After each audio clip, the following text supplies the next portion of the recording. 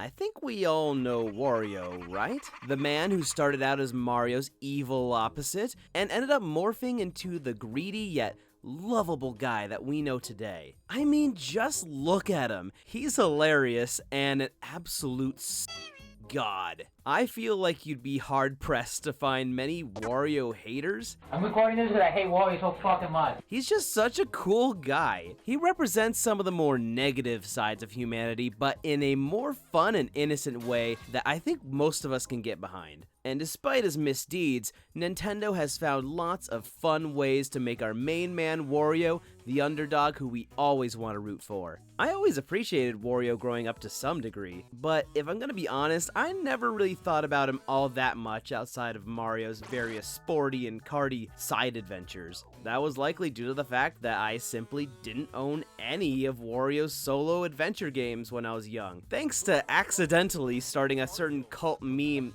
sort of, and running a Twitter gimmick account related to Wario. Don't worry, it's even more pathetic than it sounds. Over time, I became more and more attached to Wario as I delved deeper into the man's history and interacted with lots of awesome diehard fans. Slowly but surely, I was now becoming a Wario stan. Because I'm such a big fan of developer Treasure, I personally decided to start out with his 3D platforming adventure, Wario World first. And while looking back, it might be more technically flawed than the rest of the Wario Land series, I absolutely adore the unmistakable Treasure flair, insane bosses, and its unhinged wackiness is just so infectious and fun. And then I recently marathoned the Land series too, and I'm happy to say that it is so good. Wario Land 1 is a really damn good Game Boy title, a quality platformer that does just enough to separate itself from Mario. It has a different game feel and more of a quirky vibe. Like any weird thing could happen in Wario's world, the rules feel way less strict. Virtual Boy Wario Land is an excellent follow-up and one of only 2 positive reasons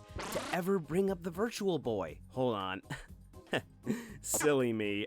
I forgot. It's the Ultimate Classic System. There's no way it could be bad if Wario decided to hang up a framed photo of one in his house. Wario Land 2 began transforming the franchise into something that's even more unique from the Mario roots by encouraging exploration and experimentation in each level versus pure platforming action. Wario Land 3 is famous for its incredibly unique interpretation of a Metroidvania platforming adventure, and as many already know, Wario Land 4 is undeniably his Greatest achievement. But my marathon wasn't all about fun.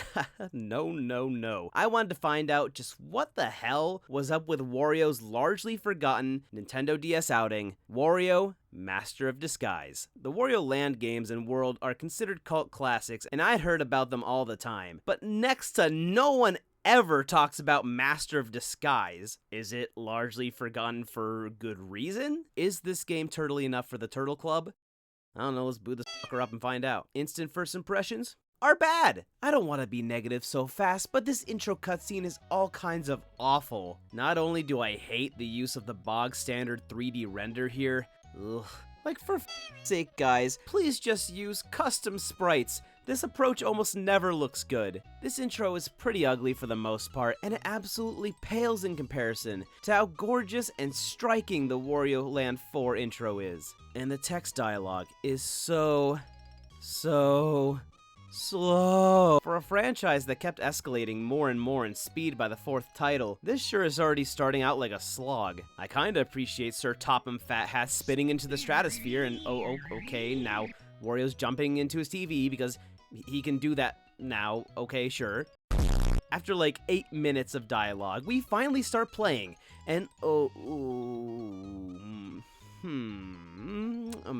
okay. Something's wrong already. Something about Wario's basic controls just feels really off and really stiff. There is something about the animations and the way his jumping feels that's just wrong. Wario's running animation looks kind of like the Linkara running gif, and jumping has way too high of an arc, and it brings Wario's momentum to an absolute crawl in an instant. The first ability, or disguise, you get is Wario's iconic shoulder bash, and it feels way too understated. Just look how awkwardly Wario lurches forward. Just look at these two back to back, and I think it's pretty clear which looks better and feels more satisfying to play with. So yeah, basic controls are rough. That I can already tell you, it does not change, and that's not a good sign for Master of Disguise, but the game does follow in the footsteps of Wario Land 3 somewhat, being more of a Metroidvania platformer than one focused purely on action. So if everything else can hit just right, then maybe the sluggish control feel is something that I might be able to look past. But we need only walk up just a single staircase before control is taken away from us for a tutorial. You see,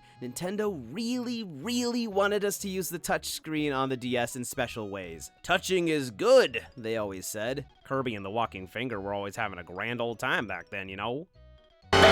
So I can totally get why Nintendo wanted to introduce stylus controls to the Wario franchise. It already worked incredibly well in WarioWare Touched, so why not find a way to implement them into the latest Wario platformer as well? Wario has always needed to use special abilities and forms to progress through stages. Wario Land 2 through 4 are really unique in that all of Wario's special abilities are actually status ailments given to Wario by enemies. It was really fun having to purposely go out of your way to get Wario hurt and hit by these enemies to progress through levels in fun, creative ways. What Master of Disguise does is it features lots of abilities for Wario that are represented by different disguises he unlocks throughout the game. I'm sorry to say there's no turtle costume. Now, on paper, I'm definitely not against this idea at all. The ability to change your form at will really is a captivating concept for Wario. I can just imagine all of the wacky and frantic platforming challenges and clever puzzles that the developers could put in this game using this mechanic. While this should have been a really fun and engaging mechanic and could have distracted somewhat from the mediocre controls, the touchscreen just adds so much frustration, it's not even funny. While you're already struggling to control Wario, you also have to constantly worry about drawing the exact right shapes to transform into different disguises. And the game can be really picky about what f***ing shape you draw. I honestly could never get a handle on how exactly the game wanted me to draw certain shapes. Not only that, but it's really particular about where exactly on Wario's body you have to draw it as well. It really is a pain in the ass when you're trying to draw a shape to transform Wario, but then Wario ends up using his currently active power instead. And trust me, this happens constantly when you're in the heat of the action. Cause yes, these abilities couldn't just be mapped to a button, they also use touch controls on the same screen. You have to know and learn exactly where to tap or draw at any given time to use an ability or draw for a new disguise. And yes, you do technically get used to it, but with how much shit you're juggling between during certain sections and bosses, you will fuck up the controls constantly. If things get even just a little busy on screen, it is incredibly easy to fuck it up and get completely screwed over by the controls. Not only that, but the way the game wants you to draw these shapes is really inconsistent. I swear to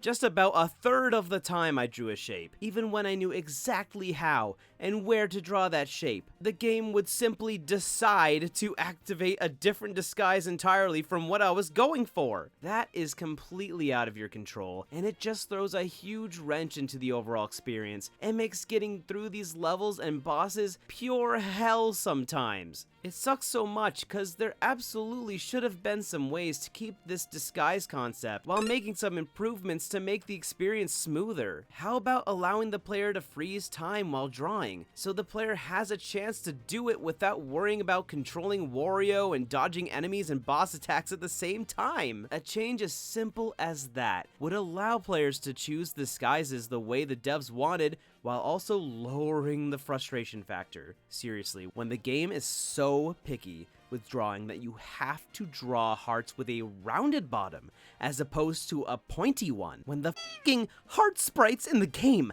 have a pointed bottom, and drawing them that way just doesn't work. For God's sake, you have to give the player some sort of leeway. Or they could have just assigned a button to switch disguises and then just use the touchscreen to use the abilities themselves. Yeah, there's ways they could have gone about this better, and it's incredible just how fast this game shows you all of its major flaws within just the first few minutes of playtime. I was absolutely flabbergasted Okay, so Wario is a man who loves to find valuable treasure. Dude needs to pay the rent just like the rest of us, I get it. So each stage has lots of treasure chests to unlock, some containing optional valuables, some other ones contain important items to get through the stage, or even new disguises. I really don't want to keep complaining because this game does indeed have some positives, I swear, but it's time to talk about the absolute worst part of the game already. Instead of simply walking up to chests and opening them like in previous Wario Land titles, which kept up the pace for the player at all times, Master of Disguise keeps up the minigame tradition introduced in Wario Land 3, but this time by forcing the player into a minigame every single time you want to open a chest. Now, while I personally would have preferred that there be no minigames when I simply just want to open a chest, I do think that micro games could have been neat. If they're like the ones found in WarioWare, just a 5-second quick little fun thing, but these minigames, whew, they're straight from hell. They absolutely destroy the pacing of every single level, and they're just so freaking lame. Here's the fun cavalcade of minigames you can experience in Wario Master of Disguise. You can even play them separately from the main game if you want, if you really hate yourself that much. First off, we'll start with one of the better ones. You have to trace a certain shape without letting your line get hit by the oncoming laser beams. It's actually a pretty solid minigame, even if it's really basic. I always appreciated when this one showed up, even if it's not like a absolute blast or anything. Next up is this game's equivalent to Irritating Stick or those shit-ass Screamer maze games. It just sucks, it's so basic. You have another one where you have to guide certain objects into the right containers, like Wario's poo must be guided into the skibidi. It really doesn't have any significant changes when it gets more difficult, and it's really no fun in the first place. In the next one, you have to draw a line through each number in order to draw an image, also known as a tiny game for tiny toddlers. It's by far the easiest game. It's basically less than nothing. You also have a roach smashing game that would be a little fun if the touch controls weren't so finicky. I could just never get the tapping down right on this one. It sucks. There's also slide puzzles. No sane person likes slide puzzles. They were invented in hell by Satan himself to torture me personally. I don't care if you think they're simple, I don't care if you think they're fun, I hate them, and they make me crave the sweet release of death every time. You also have this one where you have to draw new lines to make Wario's big fat head arrive safely to the jewel on the other side. I think this one would be fine, but drawing these lines rarely works properly, and the game is super picky about exactly how and where you draw them. I could barely just get the hang of it by the end of the game, and it's way more frustrating than it needs to be. You also get a coloring one, which if you're colorblind like me is absolute hell. These few minigames repeat constantly throughout the whole game and get really damn exhausting. That's all of them. You get tired of seeing them by level 2, and there's 10 levels. They are simply horrendous and provide a big blemish to what is already a very flawed game. All of this is making me tired, and we haven't even talked that much about the game's main content yet. Wario's regular controls, the faulty touch controls, the god-awful minigames. These are all issues that plague the entire game experience. I mean no exaggeration when I say this, but I truly believe that this game is aggressively unfun. I really don't want to be so negative in a review about a game that does have such incredible ideas, but I just can't lie about how this game's problems made it such a psychologically torturous experience that I rarely even get out of the worst games out there. I had zero fun with this game, none. But I really want to take a break from all that and go over some of the positive aspects of this game, because they are there despite how awful this game is to play. I shat on the intro earlier, and while I don't care for how Wario looks in those few rendered cutscenes, I do think that the game itself looks pretty good overall. Wario's in-game sprite took some getting used to. I do prefer his gremlin energy in Wario Land 4, but this one's just fine. All of the disguises are creatively designed, as are all of the enemies and side characters. I'd say they all stack up quite well when compared to the Wario Land games. Some of the stages can look quite pretty too, with some really nice sprite art. Except this bit in particular. Why is he enjoying boring Wario so much? I needed to seek therapy after seeing this. The soundtrack is pretty good too. It has some good vibes. It's not super memorable overall to me, though the villain Count Cannoli's theme is pretty smooth, not gonna lie. And really, the concept of switching these disguises to solve puzzles and get through levels is just really damn good. And it's a shame that the developers couldn't figure out a better way of implementing this idea. The moment-to-moment action sucks Wario's big fat garlics, but the puzzles in all reality are decent enough. They get the job done, I guess.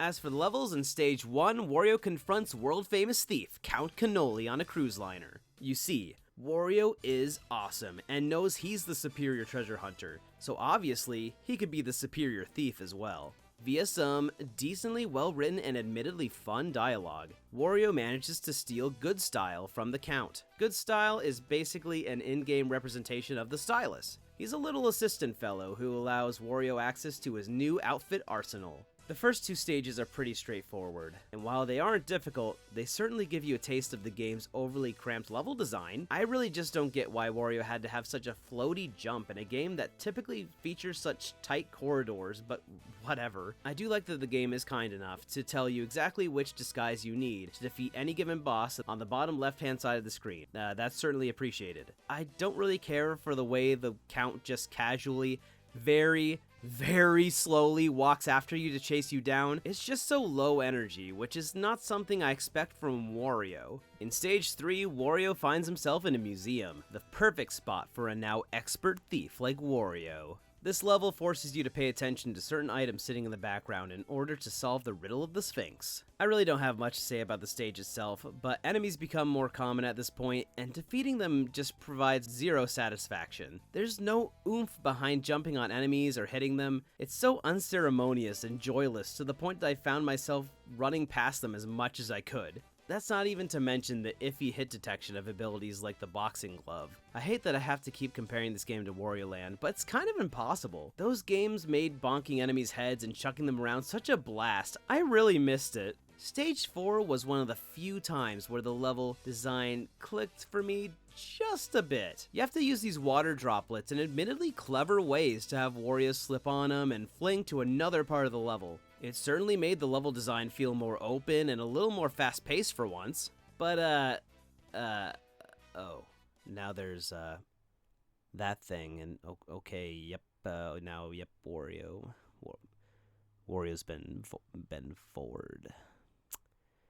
This is the worst thing I've ever seen. Stage 5! Jumping around on these moving platforms absolutely sucks with Wario's floaty-ass jump, man. It just reeks. Stage 6 features a neat mechanic where you have to stop the water flow to reach a door behind a massive waterfall. And it's honestly one of the nicest looking stages. But, like the rest, it's just a shame that the level design and game feel take every good stage idea 50 steps back. Now, Stage 7 is a lot different from the rest. This level is almost entirely underwater. Or, lava, rather. And that sounds bad at first, but using Wario's pirate disguise makes it play a lot more like a shoot-'em-up stage. It's certainly one of the more playable stages. It's okay. Stage 8 isn't the worst, and at first I was pretty entertained by these wacky dolphin fellows. Like, just look at them, that's the Wario wackiness I love to see. But unfortunately, Nintendo did not develop the boss of the stage on their own. They found it on Saddam Hussein's laptop. This fucking dolphin. This fucking dolphin I hate. I was already so done with this game at this point, and this boss just put me over the edge. This fucker is my new real-life enemy. This boss is legitimately one of the absolute worst I have ever played in my life, and it is such shit on multiple levels. So the goal of this boss is to hit the fucking dolphin into these spikes. Yeah. Meanwhile, you also have to contend with his flying dolphin minions, and you have to wait for him to complete his fucking routine to get another shot. And even if you are on time, the awful hit detection requires that you hit the dolphin exactly in the middle, and if you are one damn pixel off, it will not count, and you will have to try again, and again, and again, and again, and again, and again. Oh, and if you get swept up by the current or die, you're forced to repeat phases of the boss because this boss has 3 phases. Yeah, he has multiple phases for some reason. All of this while having to switch between disguises constantly to survive. And half of the time, the game doesn't even read your drawings correctly. Or maybe you're a human and you fuck up sometimes. You fuck up the drawing a little bit. Like if it's even 1 pixel off the wrong shape, it just refuses to work and is just so ass. While I'm contending with the awful controls, unresponsive game feel, wonky hit detection, and everything above, I might draw a heart just slightly off, game. I'm sorry. The entire game has its problems, but this boss shows off the absolute worst it has to offer in every single way. Okay, dolphins are extinct now. I've killed them. You happy, Nintendo? Oh wait, yeah, you probably are. Okay, dolphin business over. I really have nothing major to say about the final 2 stages, other than the fact that the last level's puzzles were kind of obtuse and annoying. The little dolphin who cried, Oh, and the Devil Wario costume is horrendous. The game expects you to constantly blow into the DS microphone to fly upwards, and while I don't mind using the mic for short commands, using it to fly for 10 seconds straight? How about no? Also, to be fair on one thing, I don't know if it was the mic I was using, but no matter how hard I blew into the mic, Wario would never respond. Bro doesn't want to be blown, I guess. I just want to blow for you, Wario. I tried every terrible sound my mouth could make until I made a dying whale sound, and that worked apparently. Okay, cool. Now my entire house wants to kill me for playing Wario. If you want to know what it sounded like, it was like, ooh. And the final boss was okay enough. It was a lot less frustrating than that dolphin, so that's good. BRB going to strangle the nearest dolphin. And how about the story? I've barely even touched that. I was so frustrated and having so little fun that I wasn't even invested in the slightest. I'm sorry. Look into the story if you want. I'm not wasting video time on it, which, to be honest, is a shame because in reality, it's pretty good for a Wario game. Aside from the sluggish presentation, I gotta admit that the cutscenes and dialogue is pretty fun. That is absolutely a compliment that I can give this game. But on that front, I wanted to get the game over with so badly that I blacked out. I'm sorry about that. And it's sad, really. I'm usually the type of person who can get a lot of value out of mediocre games that have incredible concepts like this one. But in this case, the controls just bring the experience to near unplayable territories for me. And the level design is a bit too sterile. It certainly could have used a lot of work. And those mini-games, man, they just bring the entire experience down to a screeching halt constantly. All this and the game's levels look nice and the characters' sprites are mostly really damn good, I can't lie. This idea should have been fun. Using all these wacky disguises to get through these stages should have been awesome. I really don't want to hate this game. And to be fair, I honestly don't, because the team clearly put a lot of effort into this one and wanted to make a fun Wario title with neat new mechanics meeting with some old Wario Land platforming goodness. And I don't want to incur the wrath of Count Cannoli on Twitter. We're mutuals. You're the best part of the game. Don't worry, buddy. Despite how I personally feel about this game, it's actually not a stay away at all costs kind of thing. Because, believe it or not, Master of Disguise does have a teeny tiny cult fan base of its own. Would I recommend this one over pretty much any other Wario Land or WarioWare game? Hell no. Please do yourself a huge favor and play those first. However, if you've already played a lot of those Wario games and haven't given this one a try yet, give the game a look. If the game's issues sound like something you personally could potentially look past to get some enjoyment out of the game's core concept, and hey, I'll absolutely give it credit for being just as wacky and out there as a Wario title should be. Then I say, possibly consider giving it a shot. If you're not having any fun by level 3, then I wouldn't continue because, trust me, frustration increases a lot. But I think it is something to think about if you are already a seasoned Wario fan. I really wish I could say that this game is a hidden gem of a Wario title, but those major issues keep it from being a game most folks are going to even want to play. But did it deserve to be forgotten? Well, the low quality of the gameplay definitely didn't do the game any favors, but the game's creativity does 100% deserve a look. I don't know, maybe try listening to the soundtrack or watching the cutscenes if you don't want to be ripping your fur out like me. Is this game fully worthy of Wario's incredible legacy? Not really. But is it turtly enough for the Turtle Club? Well, the game does remind me of a certain disaster. The fact that Wario Land 4 still isn't on Switch Online, what the heck?